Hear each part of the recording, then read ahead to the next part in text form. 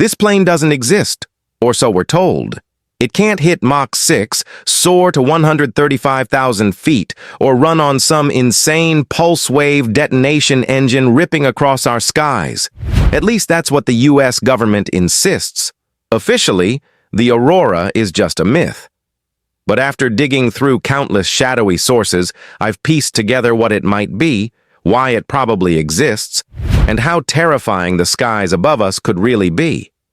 This is the top secret, supposedly never-built Aurora Black Triangle. When the SR-71 spy plane program ended in the 90s, America was left without a high-speed reconnaissance jet. The SR-72 is still decades away, so for the past 30 years the military should have been flying blind. Or maybe not.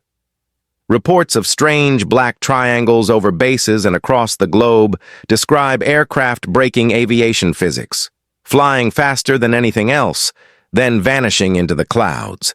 Estimates place its cruising altitude at 90,000 feet and peaks near 135,000 feet, easily hitting Mach 6.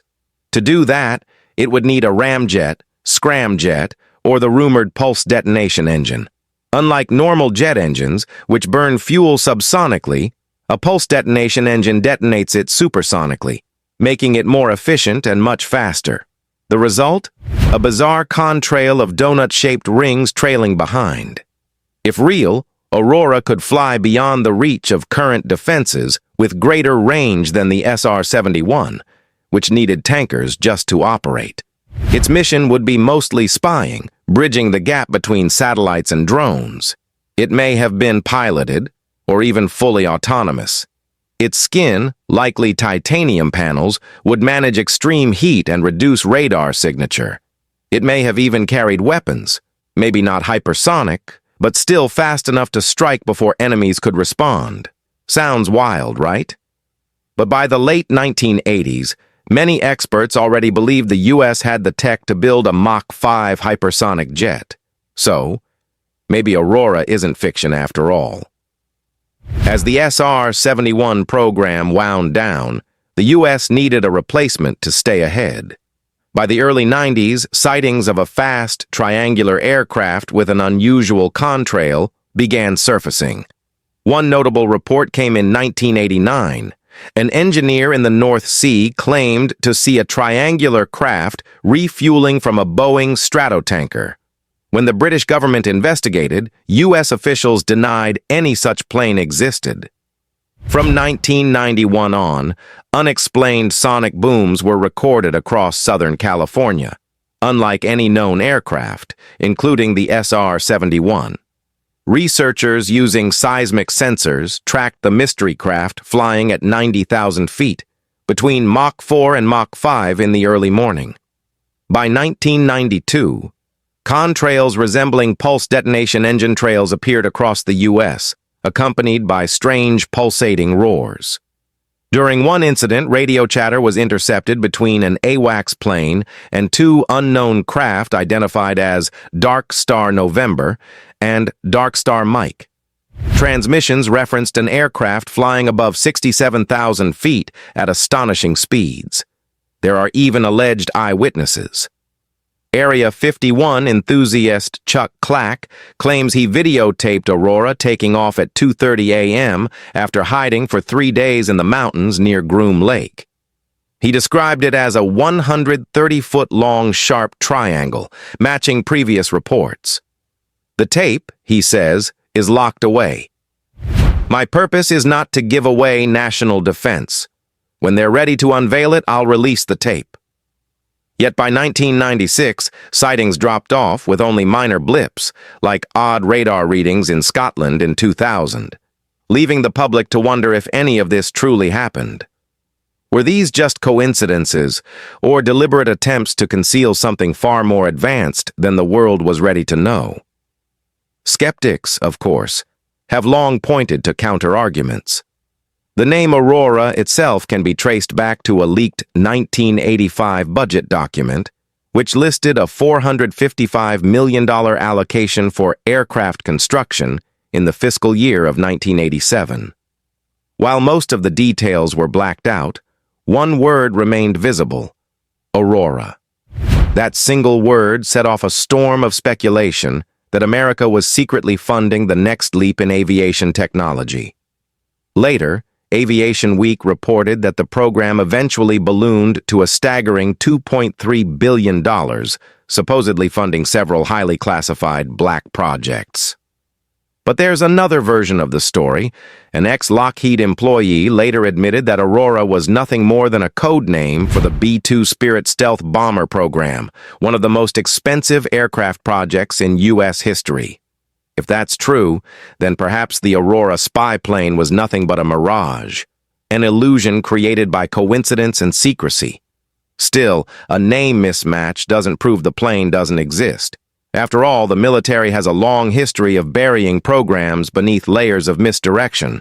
The U-2, the SR-71, even the F-117 stealth fighter were all denied until their eventual unveiling. Why should Aurora be any different?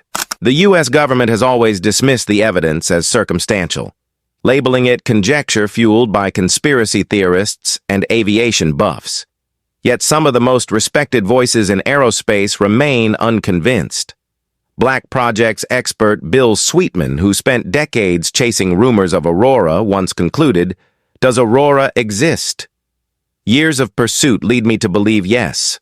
Aurora is likely in active development, enabled by technology finally catching up to the ambition that launched it a generation ago, and he may have a point. Consider this.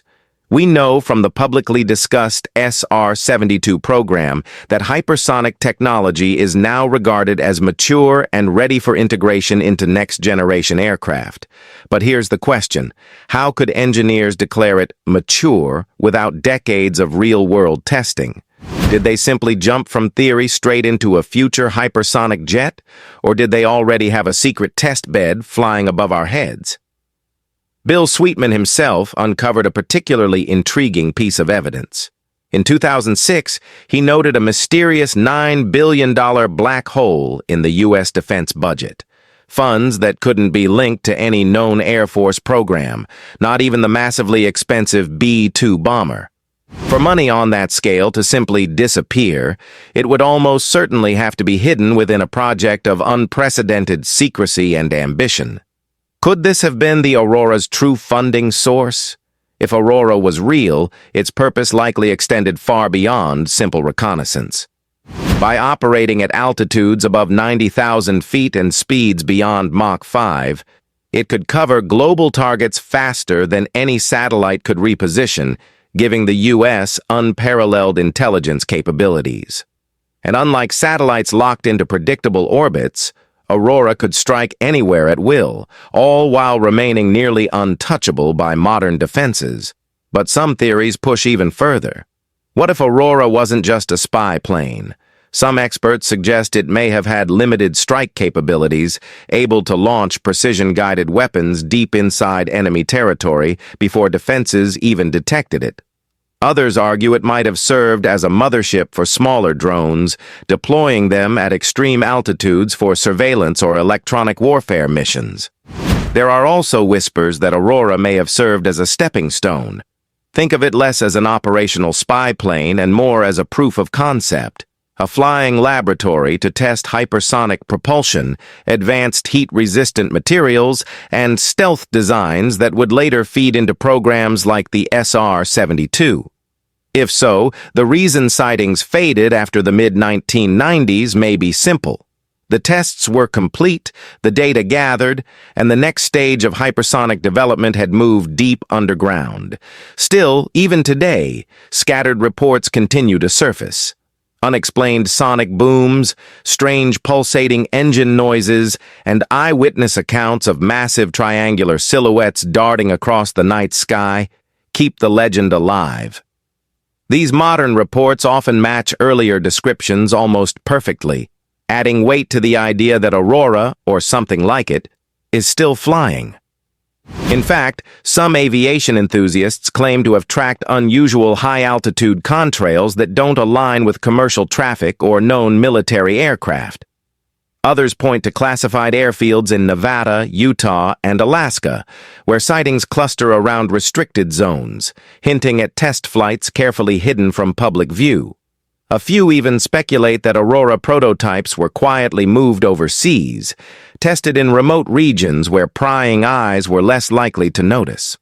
And for believers, Aurora isn't a myth. It's just another secret waiting for the right time to emerge, as all of America's impossible aircraft eventually do.